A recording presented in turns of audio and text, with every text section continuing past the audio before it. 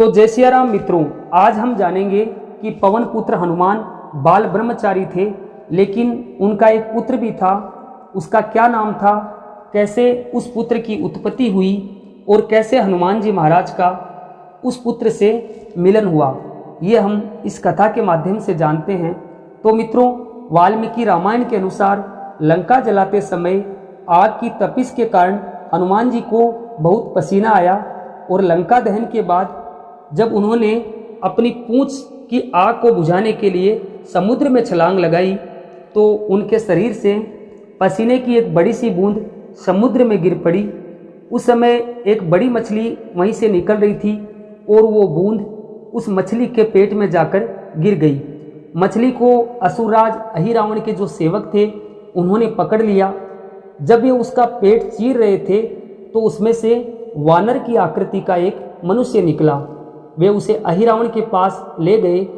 अहिरावण ने उसे पातालपुरी का रक्षक नियुक्त कर दिया। यही वानर हनुमान पुत्र मकरध्वज के नाम से प्रसिद्ध हुआ।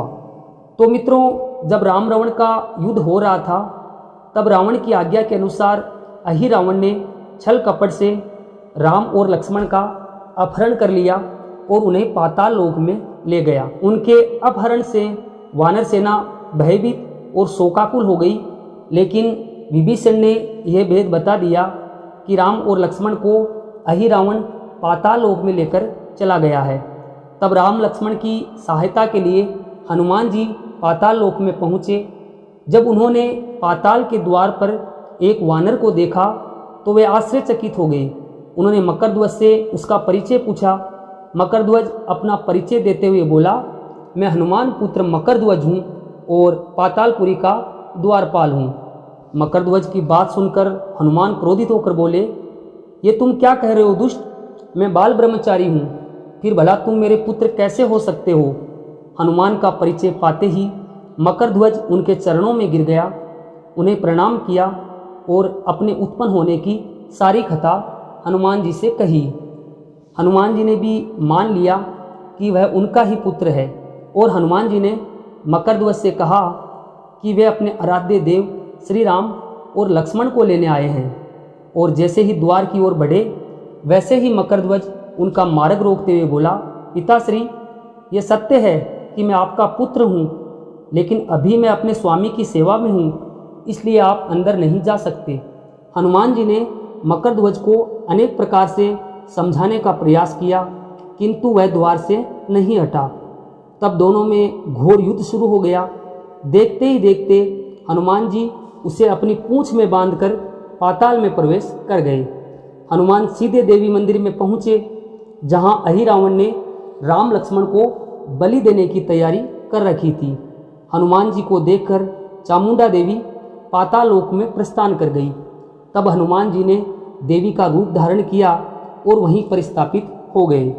कुछ देर बाद अहिरावण वहां आया और पूजा अर्चना करके जैसे ही उसने राम लक्ष्मण की बलि देने के लिए तलवार उठाई, वैसे ही भयंकर गर्जन करते हुए हनुमान जी प्रकट हो गए और उसी तलवार से अहिरावण का वध कर दिया। उन्होंने राम लक्ष्मण को बंधन से मुक्त किया। तब श्री राम ने पूछा, हनुमान, तुम्हारी पूंछ में ये कौन बंधा है, बिल्कुल तुम्हारे समान ही लग रहा है, इसे खोल दो। हनुमान ने मकरध्वज का परिचय देकर उसे बंधन मुक्त कर दिया। मकरध्वज ने श्री राम के समक्ष सिर झुका लिया। तब श्री राम ने मकरध्वज का राज्य अभिषेक किया और उसे पाताल का राजा घोषित कर दिया और कहा कि भविष्य में वह अपने पिता के समान दूसरों की सेवा करे। यह सुनकर मकरध्वज ने तीनों को प्रणाम किया। तीनों उसे आशीर्वाद देकर वहाँ से प्रस्थान कर गए। तो इस प्रकार मकरध्वज हनुमान पुत्र कहलाए। तो ये थी मित्रों हनुमान जी महाराज और मकरध्वज की कथा। कैसी लगी कमेंट करना ना भूलें।